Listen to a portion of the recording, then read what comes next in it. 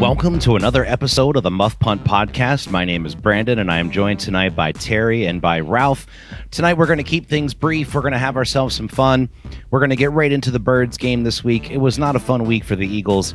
DK Metcalf got a little motivation he didn't even need. Metcalf caught 10 passes for 177 yards. Russell Wilson threw for 230 yards and a touchdown.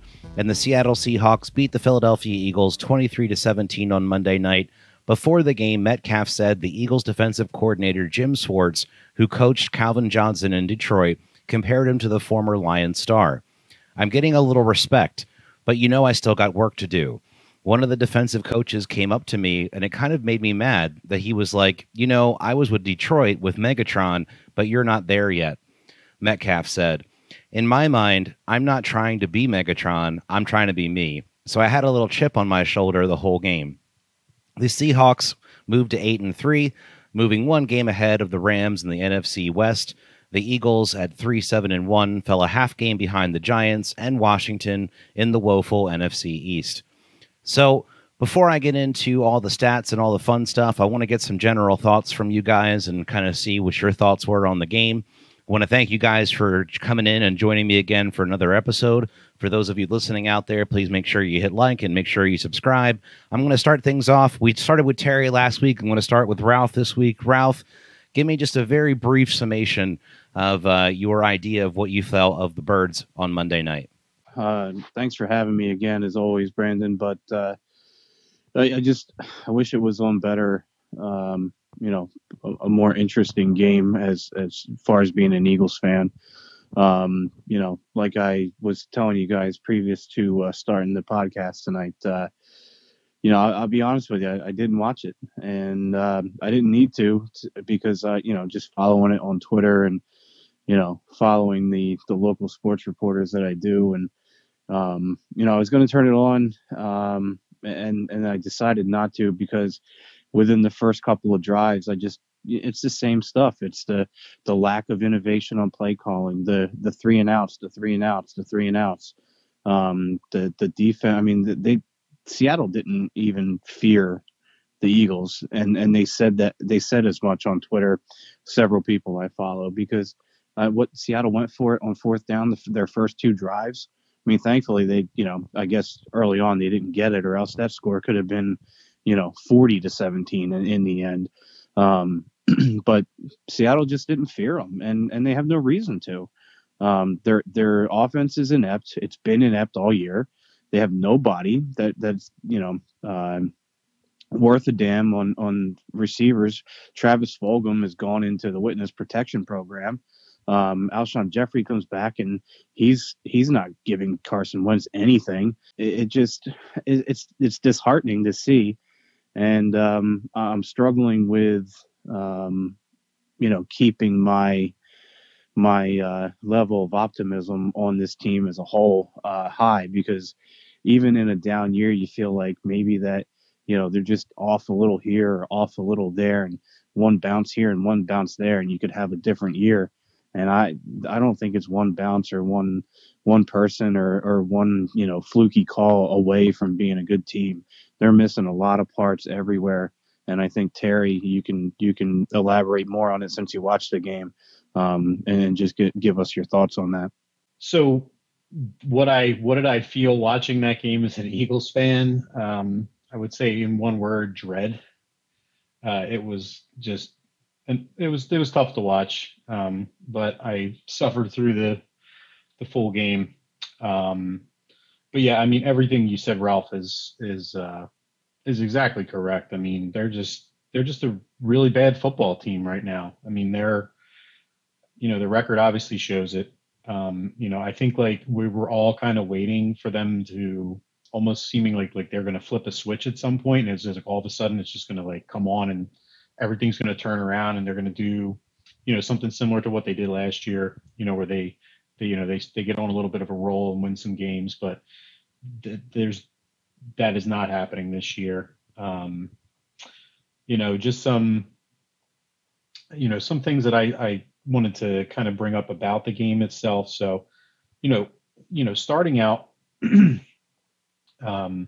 the Eagles get the first drive that they have, or the first time they have the football, first series. They end up, there's a penalty. It ends up being a 1st and 5, and they run 3 straight pass plays on a 1st and 5 and go 3 and out.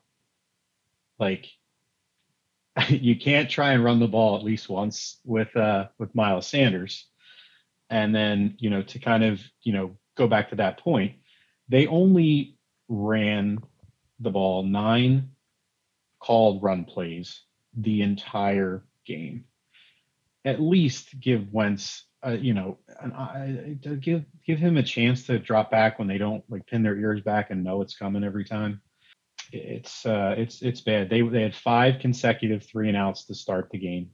Their offensive line is terrible. They can't protect Wentz even when he gets, he's not getting any time at all. Even on the 3 and the 5-step drops, which are supposed to, the 5-step drops, he's supposed to have at least a couple of seconds. He's got guys all over him.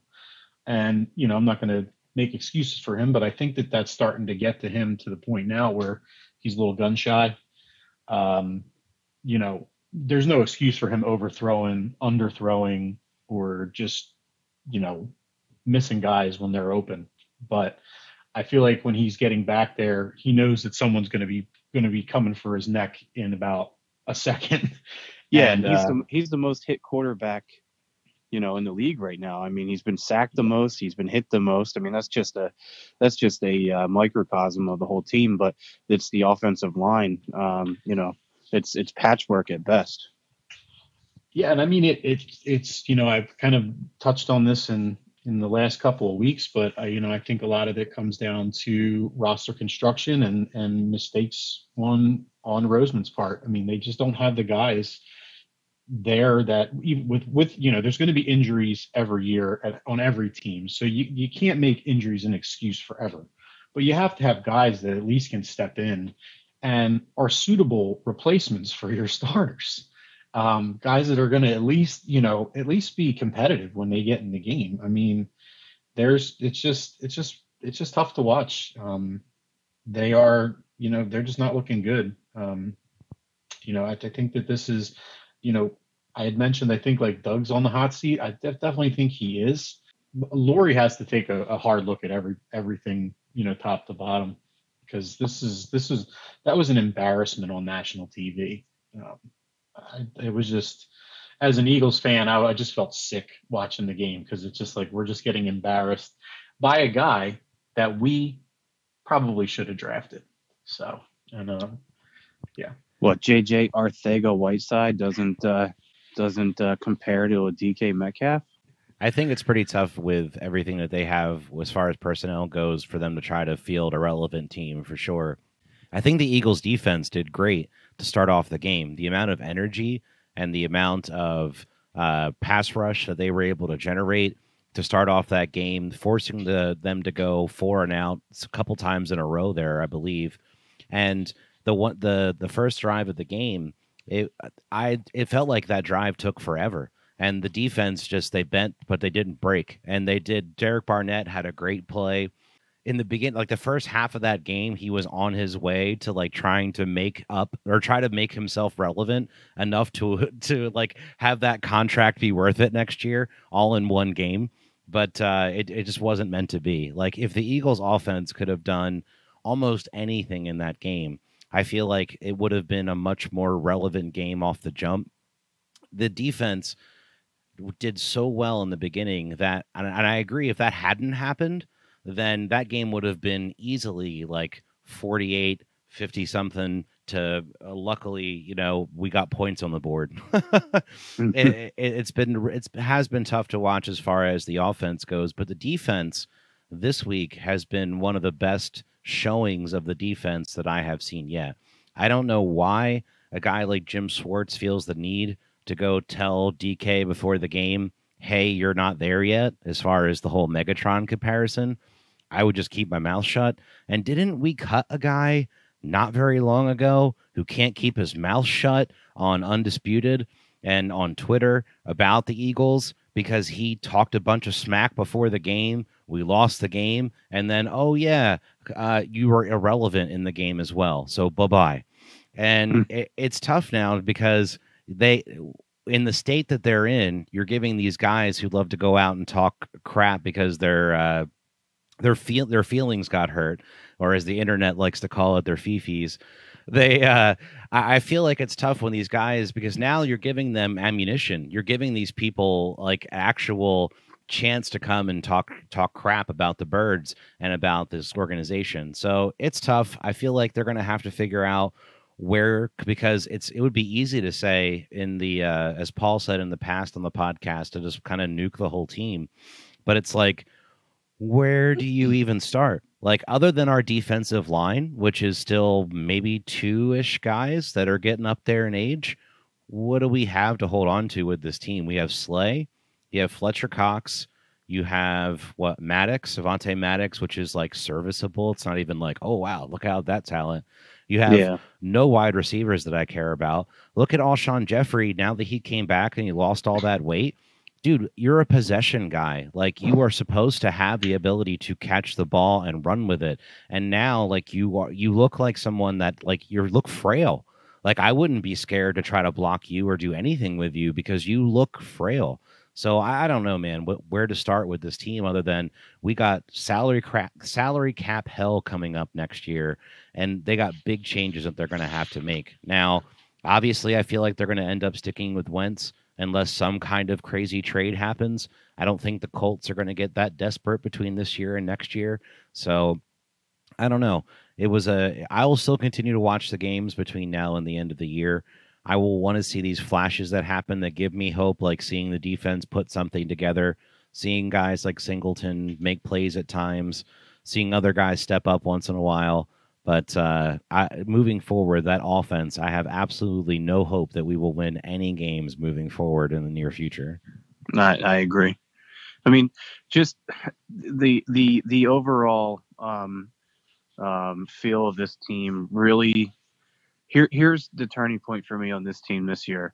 The first Giants game, Daniel Jones runs 80 yards almost, to the house. He gets tripped by the, turf troll. But at the 50-yard line, two of our cornerbacks cornerbacks, what are they, 4.4, 4.5 speed? And they can't catch the guy and they just give up halfway down the field. That to me tells me everything I need to know about this team, because I saw two guys give up. And, like you just said, Brandon, you're going to watch them because you want to see glimpses of some sort of like effort. And that was all I needed to see this year to tell me what kind of, players we have. And they're putting it on tape, and the coaches are going to see it. These guys, are playing for their futures, whether it's here or somewhere else. And, I don't see, I just don't see any life from this team. And it's sad. I mean, you're 2.5 years removed from a Super Bowl, and it's almost like, they just completely put it in reverse and have really gone downhill. And it's sad to watch, but hopefully, hopefully they can right the ship. It's just a matter of how. And, a lot of people, I guess my question for you guys is, at this point with Doug on the hot seat and Howie Roseman on the hot seat, do you see both of them going? I don't see Doug going. I just don't. And Howie Roseman's so close to Laurie that I don't know if Laurie's got the I don't want to say the balls to do it, but I don't think there's going to be a whole lot of turnover. I really don't know. I don't know what to expect with this team moving forward. There was the article this last week that Doug was basically asked about being on the hot seat, and basically a lot of people got the idea that he didn't really care whether or not he got fired, which gave me kind of the wonder that, has this been more of like a Jerry Jones kind of situation where Doug hasn't really got to like pick his lineup, hasn't really got to pick his players, hasn't got to pick his, to do with what he wants. The other thing that I've been thinking about this week a lot is there was a lot on Twitter about when the Eagles had Jordan Matthews and when they got rid of him to Buffalo for Darby, and how essentially like Matthews was Carson Wentz's security blanket, and those guys were best friends. And apparently Carson was like super upset about it and like drove him to the airport to say peace out. Really said like, sometimes you just, when these things happen, you have to like hope that the front office knows what they're doing.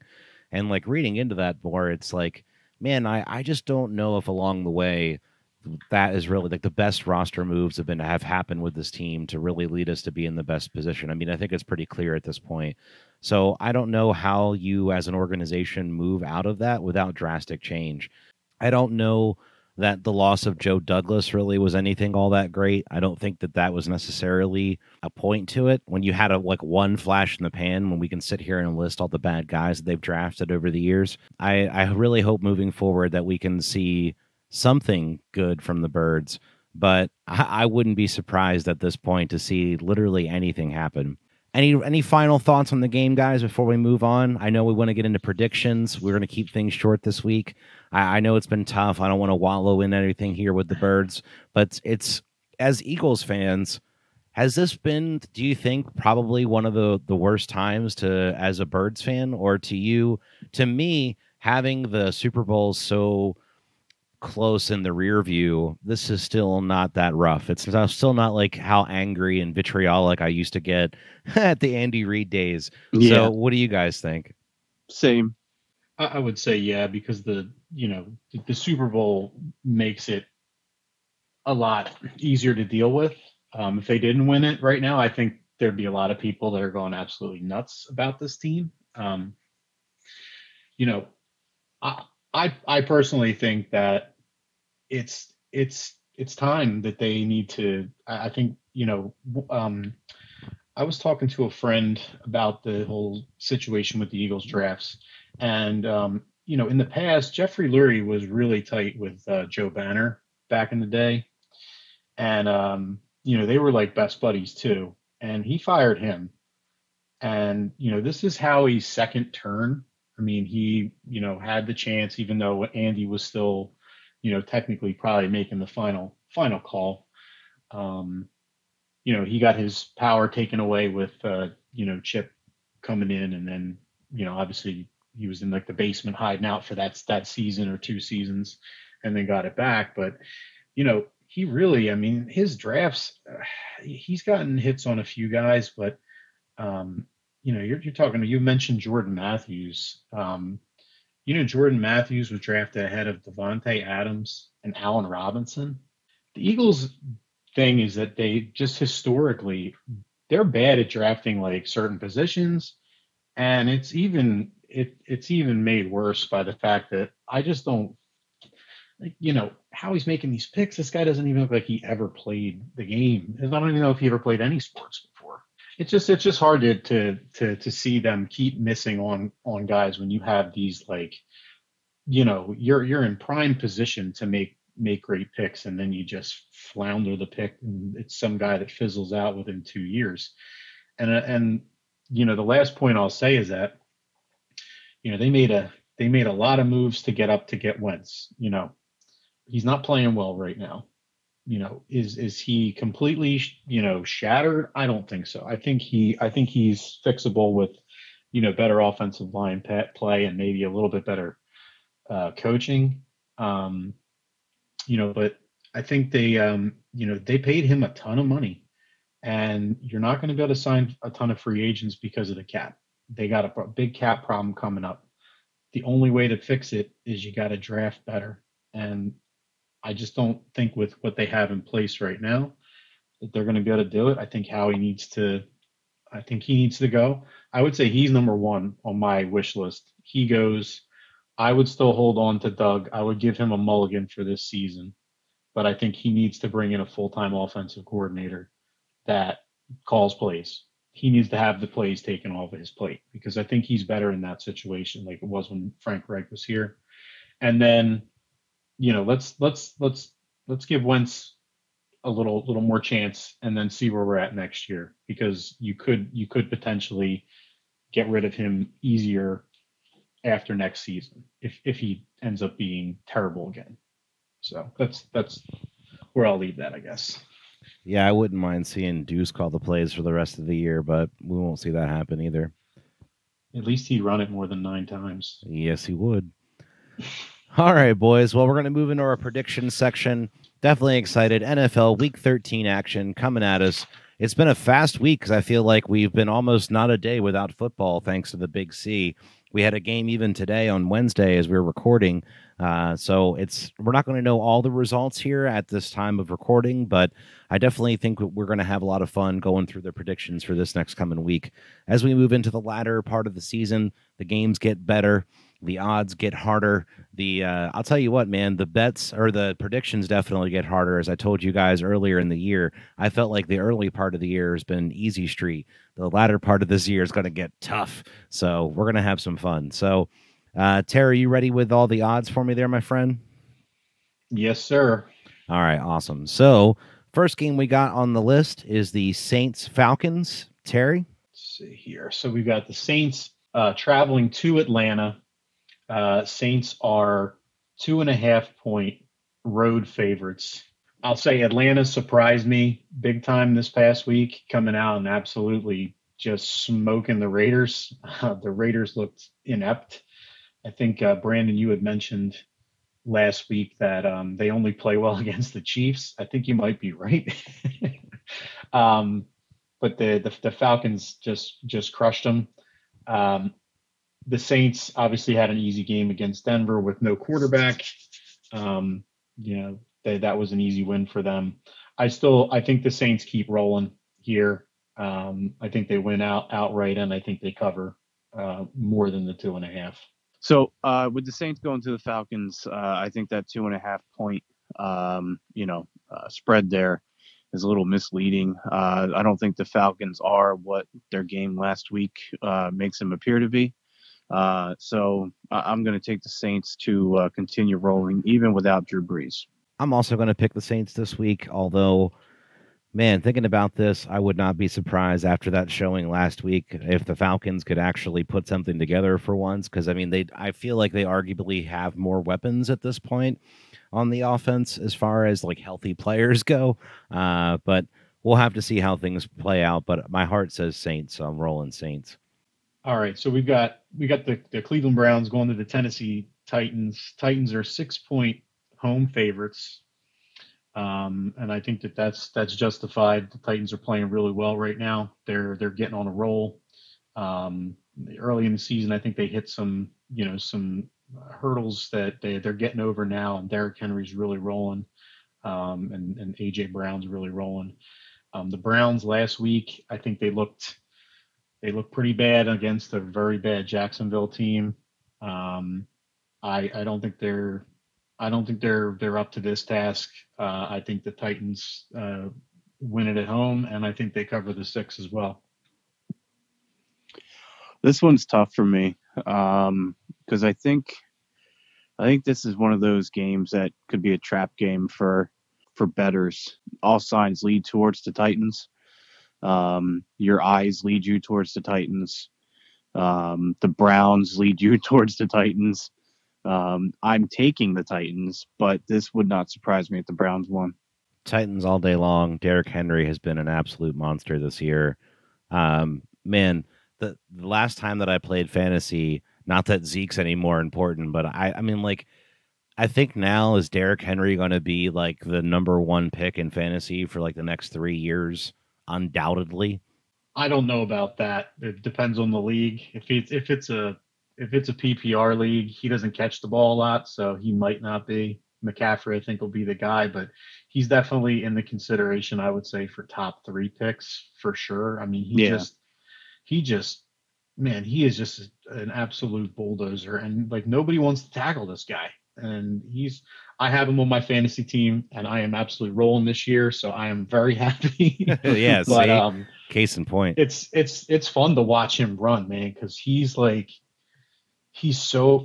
watching a defensive end run the football with like a 4.4 speed, and then just seeing these guys and just stiff arm these guys right out of the stadium. Pretty much, he's an awesome player to watch. So the amount of second level speed that he has for his size is just incredible, and that's to me is one of this, and just the amount of force that he can put behind what he does is just great. And I mean, and they have a lot of other guys, like you said, AJ Brown's coming on.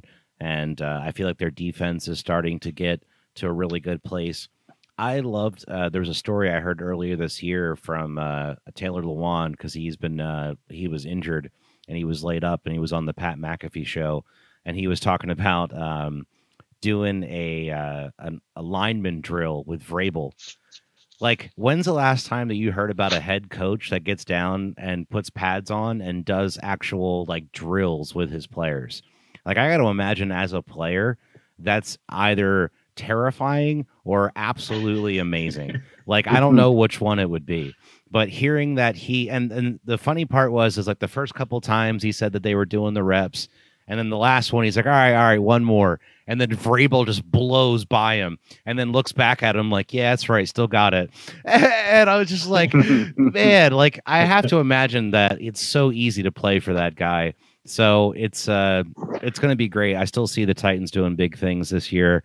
They're my dark horse for doing deep, going deep in the playoffs. I really feel like I would not be surprised to see them do big things this year. For a while, everybody's favorite pick was Brady, but I feel like it's easily becoming, for me, one for the Titans for the sneak pick this year. Yeah, I like. I'm like, we haven't done the power rankings, but if they're flying up the list for me, because I see them like early on in the season, their defense was not playing well, and I think you're finally starting to see them start to come together a little bit. And then they have a solid run game. They have solid offensive line. They have a bunch of playmakers on the outside. And Tannehill, he doesn't turn the ball over. They're going to be they're a well built team. They're a playoff. They're looking long for a playoff run. And I like Vrabel. He's really the only. He's one of like the only Belichick disciples that's had any kind of success. I mean, they've been consistently good since he's been took over. Took over there. And back to your point about him getting involved in the drills. I think if Belichick got involved in some drills, some of his guys would literally try and light him up every time. I think, but you would see him coming up with some bruises more often than not. But I don't know though, because he's so quick to cut guys and trade guys or bench guys, like in the Super Bowl. It's tough. It's to see. I heard that was a whole thing because of an argument between what was his son, that was the defensive coordinator, and that player. So I mean, who knows? But then you see, like before the game, the Ravens game, when the Titans played the Ravens, and the Titans were having that little meeting in the center of the field on the logo of the Ravens logo, and then Harbaugh comes over and starts woofing about how it's not respectful, and Vrabel's like, go back and coach, like waves him off to the sidelines. And then you see, was it Malcolm Butler is sitting there like, yeah, go, like, get out of here, get out of here. So it makes you wonder, like, I'm sure there might have been some validity to all that, but even still, I don't think I would have been benching my best player right before the Super Bowl. But I digress. Next game we got. You're 100% right. Yeah, well, hey. Next one's going to be a hard pick this week. We got the Lions and the Bears. What do you guys think? So we got Detroit traveling to Chicago. Chicago's a 3-point favorite at home. Let's be honest, both of these teams are atrocious. You can't trust the Lions at all.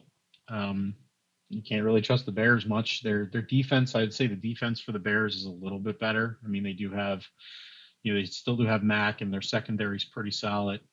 On offense, they're rolling with Mitchie, and you never know what he's going to do. Lions, Stafford. I mean, he can still sling it, but to me, I think the Bears win this one. I think they handle them, and I'm going to even say they cover too. Man, this is like picking an NFC East game. I don't trust either team. I don't trust Mitch, and I don't trust the Lions as a whole. I think if you were to take Stafford and put him on the Bears, replace Trubisky with Stafford, do you think the Bears would be more competitive? I mean, that's really, they need a quarterback. This one's tough. I keep going back and forth on this one, but can I answer your question?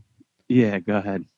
I really don't, because like if I look at this, I kind of think this is kind of a similar situation to the Eagles. Not that we, not to continually go back to that, but hey, we're all Eagles fans, so it's going to happen. But if you look at this team, like other than Allen Robinson, they have no wide receivers. Their running back core has been non-existent this year for the most part. Their offensive line, not that great. I mean, we saw what happened with Nicky Foles getting hit every other play. So I think, and their defense, though, on the opposite side of that, is a pretty good defense. They've had some guys that I feel like they shouldn't have given up on in the linebacker core that are on the Rams now. But other than that, I feel like they have a pretty good team, but it's very similar to that Eagles team. So I really don't know if they would have the weapons offensively for a Matt Stafford type of guy. Like, they need to rebuild that offense. Yeah. Well, for my pick, then my gut tells me to go with the Bears just for their defense alone. Yeah, I think I'm going to go Bears on this one just because I can never pick the Lions in good faith. Like, if they win a game, I'm like, oh, crap, I was wrong. But there was never a time where I'm like, oh, man, the Lions, check those guys out. No, never. So, Bears all the way. Next game is historically bad team. Yeah, right. I was reading the other day about, like, if you think your team's bad, the Lions, like, almost every winning season they've ever had is 9-7. And on top of that, they've never won, in the playoffs really. So it's just basically Boomer Town. Like, look at their their best players that they've had in their franchise's history. All of them decide to retire early because they pretty much don't ever get him any help. I mean, Barry Sanders never had an offensive line. He was still a stud, and they never did anything for him. I think he went to one playoff game. Both of those guys I thought were going to come back, though. I really did. And then Megatron, I mean, he was just lighting up the league himself. He was the only guy on their team, and everybody knew who the ball was going to, and he still was racking up stats, and they never got anything to go help him out. And it's just, I don't know. It's just a franchise that is doomed to fail. It seems like that they need a stroke of luck at some point, but it doesn't look like it's going to happen anytime soon. Was there rumblings on the internet that Jim Caldwell might come back this weekend? Like, I swore I saw that on Twitter, and I was like, that might be the most Lions thing I've ever heard, is that if they bring back Jim Caldwell at this point, that would be amazing. I think I saw that, and I think it was some of the players that were there when Caldwell was there were tweeting out that, like, his record as the head coach is far better than what Patricia's done over his tenure there, and that they thought that he shouldn't have gotten let go. I really didn't think he did that bad. I thought he was a serviceable coach. Did I think he was going to win Super Bowls? No. But did he do better with the Lions than I thought most coaches would do? Yeah. If you look at Vrabel, you look at McDaniels, and you look at Matt Patricia and McDaniels try to do or be that Vrabel guy, but they're not that guy. Like, it takes you're not a man's man. Like, you can't be that guy. Go ahead. Sorry. No. I was just going to say, like, the players have to buy in to those guys. Like, they're both of those guys are going to try and be Belichick, and they're not. Nope. At least Vrabel has the appearance of, this guy's a bad dude. Like, he played in the NFL. He learned a lot from Belichick. So yeah, there's some respect there. But the other two guys, I don't feel like the players buy into them. I don't think that I feel like they think that, they're just kind of reaping the benefits of being under Bill Belichick's wing for so long. Yeah, excuse my language, but I don't think you can be an asshole of a head coach without having results, like, immediately. And Belichick gets away with it because of what his tenure has been and what his record has been. And I don't think otherwise that he would have been successful. Like, if all the cards hadn't aligned the way that they did, I think it could have very likely have been the same thing for him. But yet, if you look at what that did, or if you try to do that rather and pull that off without having that tenure, then I just think you come off as such a fake person. Whereas if those guys were more players coaches like Caldwell was, then I feel like they would have gotten further with that locker room. Like, and I kind of, as a manager in my business life, I feel like it's tough because having members of my family that are in the military, like having that as your background, that strict sternness is kind of like there's a familiarity to that. And you're like, oh, I know how to operate in this. But in the same respect, is that going to get you the best results all the time? Definitely not in 2020. Yeah, Belichick's earned the respect to be an asshole. These other guys, they haven't. And you can't just walk into a new team like Patricia did and all of a sudden think like everybody's just gonna, everybody's gonna do like I'm the man. Like, yeah, I'm here. That you have to build that culture. You have to build that and earn that respect with your players, and especially the veterans when you come into a new team, veteran players that have been there for a while. And he's obviously he's out now, but I think the Lions really need to look at a different approach. Let's not go after, don't go after one of Belichick's offspring. Let's get a guy with some fresh ideas, someone who is willing to earn some respect and earn his way up with them, with the team. So I think Bieniemy would probably do well there. I feel like they actually have some weapons in the offense. Like, you got Galladay, and you have a couple guys there that can give you some sparks off and on. That Swift guy, yeah, their rookie, is really impressive.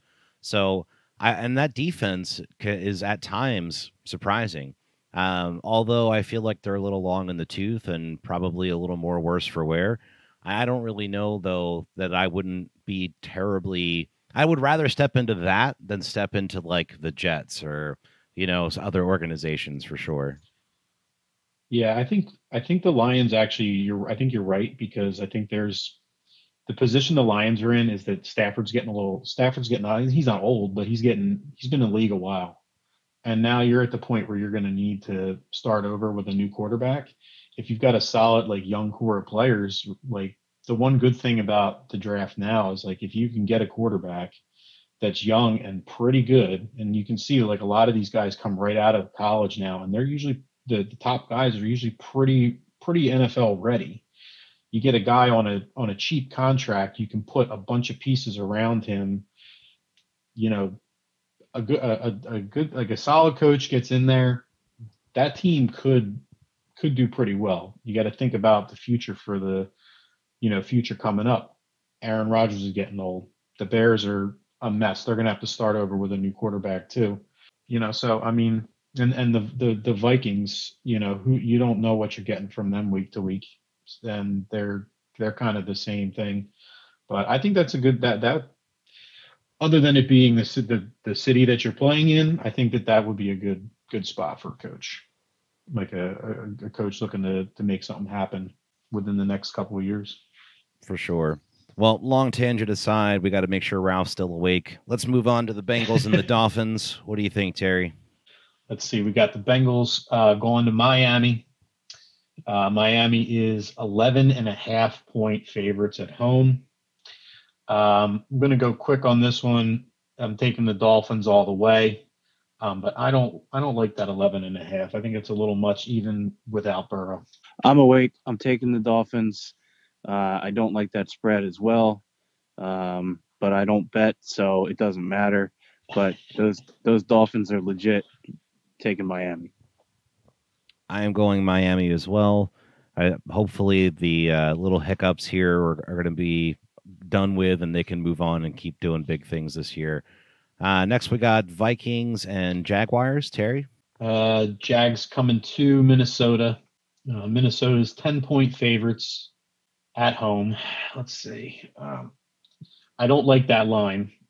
That I like the Jags plus 10, but I don't think they win that game. I'm taking Minnesota. Minnesota. I'm taking the Vikings in that game as well. I just don't think Jacksonville's going to be able to piece anything together. I think you just saw the last hurrah of Jacksonville this last week. So, next game we have is Colts Texans. Terry? Colts on the road at the Texans. Texans are a 3.5-point dog at home. Really? Yes. I have to say, I mean, if earlier this week, I think it was Will Fuller. I know Will Fuller for sure, but there was another player that both of them got popped for PEDs, so they're suspended now. If they didn't get suspended, I would have taken the Texans all day in this game because I think the Texans were really starting to play well. But I think losing Fuller takes away Watson's big hitter downfield. So I'm taking the Colts on the road. Yeah, taking the Colts on the road and the cover. Yeah, I agree. I mean, Will Fuller was on my fantasy team and was a surprise to me this year. I guess there's a reason for it. He was scoring. He had that touchdown streak of consecutive games was scoring a touchdown. But I think you're right. I think the Colts take this one. I'm going to go Colts. The only thing I'm going to say about it is I wouldn't be surprised with the Fuller thing if it was more just him trying to make his body rebuild from being injured so much than trying to have some kind of like crazy strength or performance enhancing sort of deal. But I could be wrong. Who knows? But yeah, and from what I've heard too is the other guy that got popped was like, he took a supplement that had something that was banned in it that he didn't realize was, in it, but it's his responsibility to make sure what goes into his body, blah blah blah. So, you can see both sides of that, and if somebody's going to tell me that's the case, I would tend to believe it because these guys are taking all kinds of stuff to stay healthy and recover and all that. So, they can't possibly know every single 10 syllable drug that's listed on a GNC product that's going in their body. yeah, if it's anything like MMA, I know some of the guys were having trouble because like a lot of those places that make those things make so many things that sometimes traces of other stuff can show up in your stuff. So it like can be dependent upon like how they make it, where they make it, what else they make. It can be a pain. I was going to say also, I think part of it is, I don't know if you guys know who Brian Cushing is. He's an ex-player, used to play for the Texans. Linebacker. Linebacker. Yeah, he had several PED suspensions throughout his career, and he's the strength and conditioning coach for the Texans. So, oh wow, Terry sleuthing it out there, Terry. That's a grade A sleuth, my friend.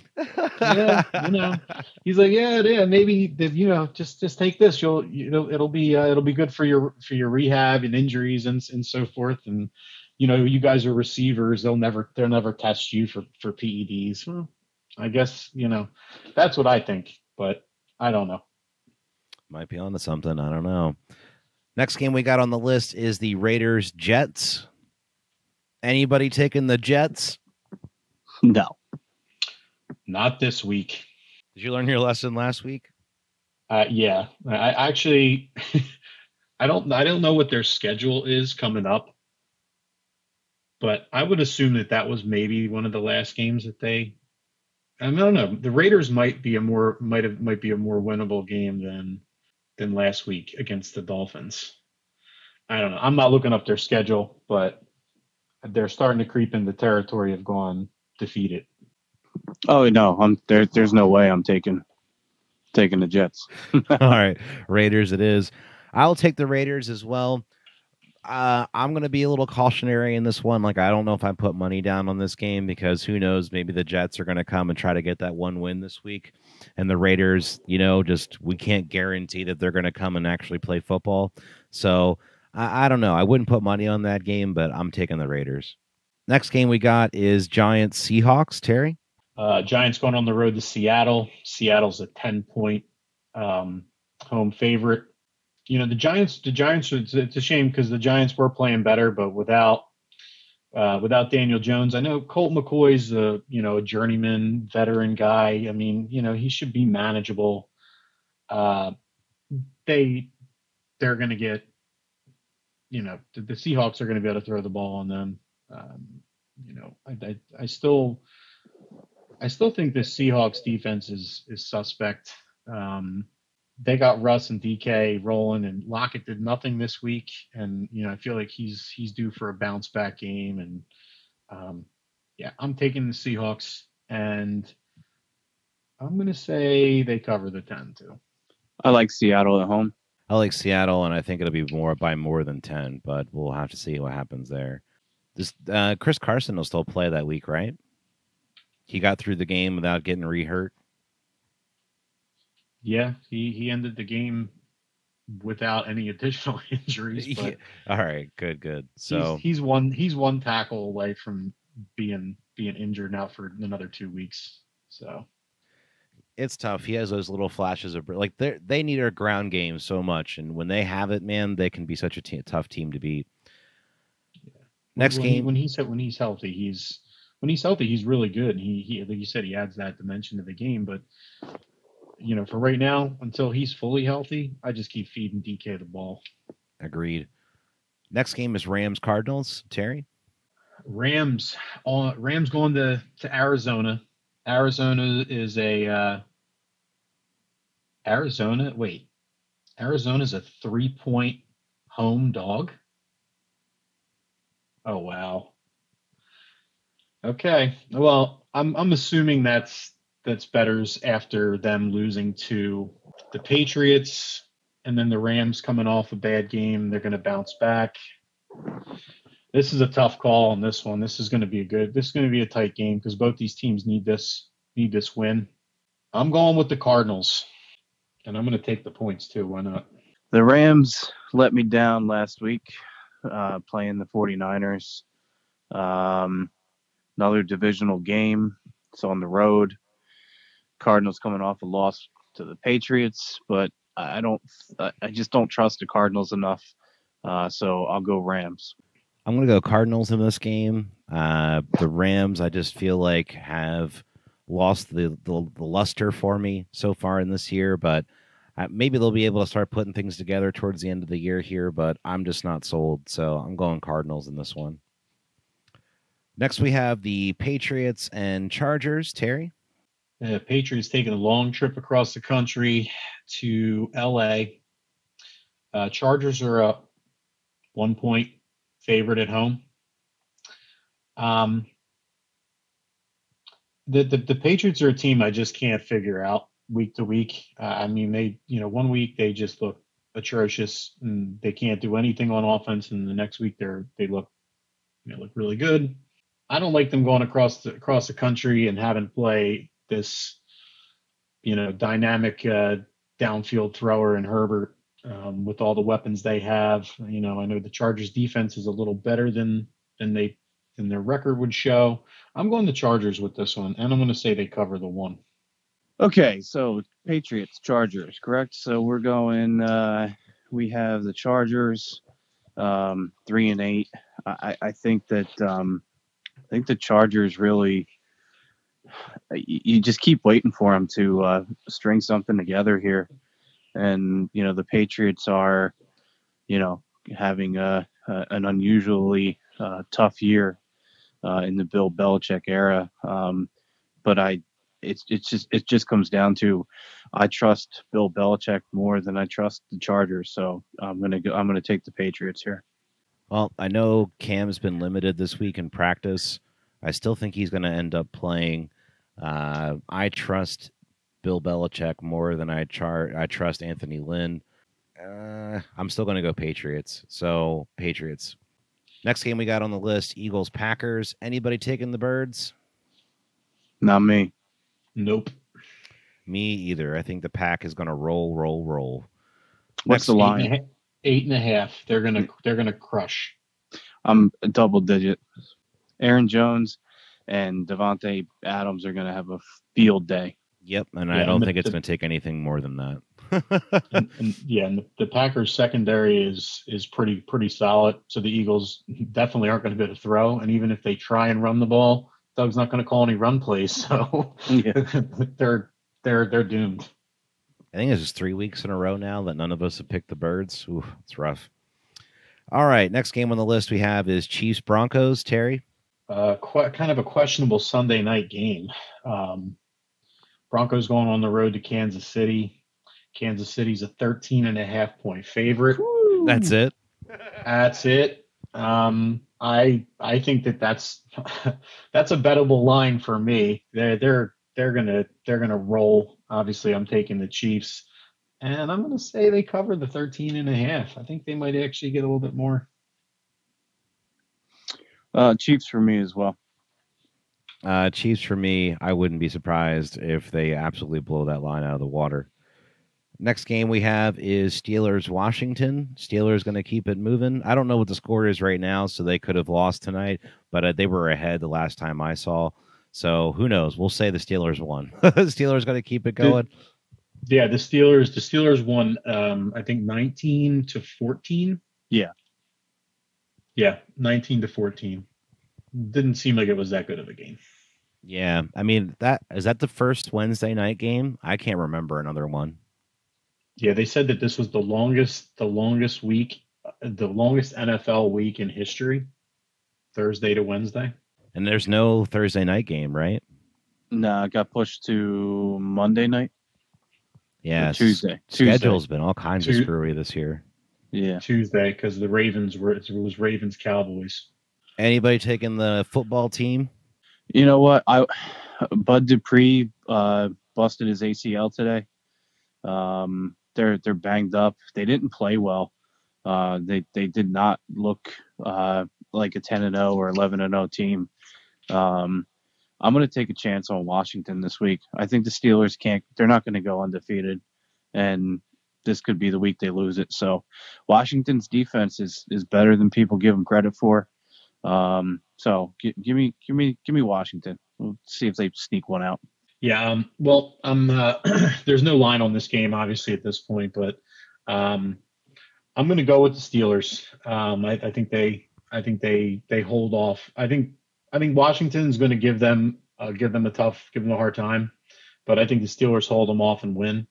I did just want to bring up one thing though. We were talking about coaching earlier, and like coaches that come out and they actually say things how they are and they're blunt about it. And Tomlin is that guy. And you know what, he's had a lot of ups and downs with them, but never a losing season.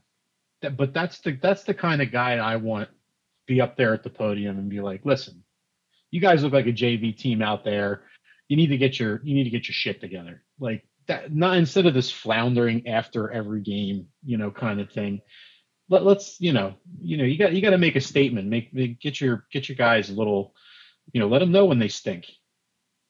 That's what I like about that guy, and I wish Dougie would be a little bit like that right now, because I think the Eagles team's better than what they are, but he's never going to say that. So it's just going to be the same old excuses every week. But I think I'm taking the Steelers. I think in retrospect of the whole Le'Veon and Antonio Brown situation, he's a lot better of a coach than everybody thought. Oh, definitely. Next game on the list, we got two left, Bills and 49ers. Terry? So this one does have a line. Bills on the road actually, the 49ers have to play at Arizona Stadium this week. They're not allowed to play in their own home stadium due to COVID rules in California. The Bills are a 1.5 point road favorite. This one's a really tough one for me because normally I would take the Bills. The 49ers surprised me last week, and even with Nick Mullins at quarterback, they really gave the Rams a really tough time. It was a tight game, but they're getting a little healthier. The Bills have shown sometimes that they look to be, a little problematic at times. I think the 49ers win this one. I'm taking the 49ers. You know what? Before you said it, or as you were saying it, you were basically saying everything that was going on inside of my head. And that's the way I'm leaning too. I think the 49ers take this game. I don't trust the Bills going out west. Not that San Fran's playing a home game, but they're playing in Arizona. But just don't. It's just a gut. I think San Francisco wins this game. I'm going to take the Bills to make it interesting in this one. my thing with the 49ers is they could easily win most games if they just run the ball, but they choose for whatever reason to not do that. And last week they did. But are they going to do that again next week or this coming week, rather?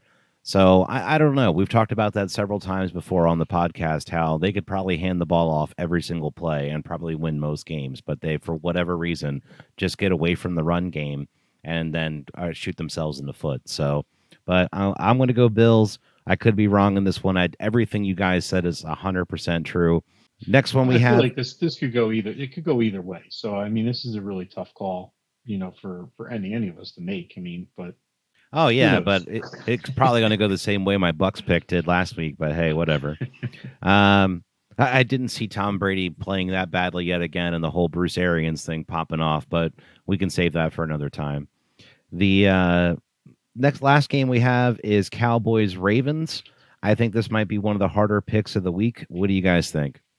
I'm not thrilled at what we've been seeing from the Ravens over the last couple of weeks. I don't think that they're playing very well at all. But for them, this is pretty much they're playing for their playoff lives at this point and trying to get into one of those last wild card spots. So they're gonna have to put whatever they have in there, even if they, even COVID guys on the COVID IR and stuff. I think Harbaugh is a good enough coach. He gets them ready, and I think the Ravens win this one. Yeah, I agree. I don't trust the Cowboys. Obviously, don't like them. So I don't think you're going to get me to pick the Cowboys to win and the Eagles to lose on this podcast in the same week. It's not going to happen. So Cowboys are losing too. Well, I think that you can. I'm going to go Ravens, but the only thing I'm really going to say about it is, can we hope? Can we pray? Can we say a little prayer, guys, before the game? A Muffed Punt podcast prayer. Say that 10 times fast. That Des Bryant gets a touchdown on the Cowboys. Des is playing. Wow, I forgot about that. I really. He's on the roster now. Yeah, I'm hoping. I'm praying that Des gets one, and we get to see him throw up the X against the Cowboys. That would be great. Yeah, that'd be a sight. That'd be some weird turnaround for him. Who knows? I think he still might be able to contribute on that team. We'll see what he's got left in the tank, but I mean, he's got to be better than some of these guys that they have at receiver. They've been doing nothing in as far as the passing game. But I think Hollywood Brown is very talented. I think that if they have a possession guy opposite his speed, that could definitely do big things for them. The big question for me this whole entire year is just where their run game has been, because that has been like the bread and butter of this team, and it's just been non-existent this year. And I think that that's been when you force Lamar into having to be more of a pocket guy, although I think that it's possible for him, I just don't think that's where he excels. So to me, if they could find some way to vary up the offense a bit, I know Harbaugh's a decent coach. I don't know if he has what he used to have as far as the clout with that team. So it'll be interesting. Once Ozzie Newsome left, I really don't know where the Ravens are going to go. So, but that's where my pick's going to go for this week. Any final thoughts in wrapping up the show this week, guys? We're going to do a quick hitter 1 hour show just about this week. We'll be back again next week. We'll wrap up a few different games again next week. We just wanted to keep things short and sweet and happy with the Birds, since we all basically watched the game, except for Ralph. But hey, we understand. I had one thing I wanted to. So if the season were to end today, the Eagles would have the 6th overall pick in the draft.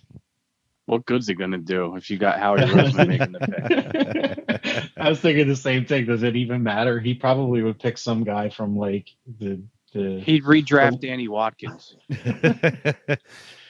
Well, or would we get lucky enough that we would have someone new picking there? That could be a fun thing that maybe we can do moving forward, is maybe decide like what we would do with that pick. To doing something a little different than what we anticipate the Birds doing, I'm sure. But I think looking forward for the podcast, I see nothing but greatness. Looking forward for the Birds, I see nothing but hurt. But you know what? I think if 3 Eagles fans are going to start an Eagles podcast, it's better to start at the bottom, right, guys? Did you say you see nothing but hurts? Oh, man, Freudian slip. Oh, wow, you got me. I didn't even realize I did it. Man, all right. Well, hey, I think that's a good spot to wrap up. I want to thank everybody for tuning in. I want to thank everybody for checking it out. Make sure you hit like. Make sure you subscribe. If you leave us a comment, let us know what you enjoyed. Let us know about your picks. Let us know what you guys think about the Birds and what they could do better. Maybe let us know what you think they should do with that 6th overall draft pick if that's where they end up being. So, again, I want to thank everybody for tuning in. Thank you guys for showing up as always. And I hope everybody has a very happy and safe and healthy holiday season. And yeah, I think that'll wrap it up.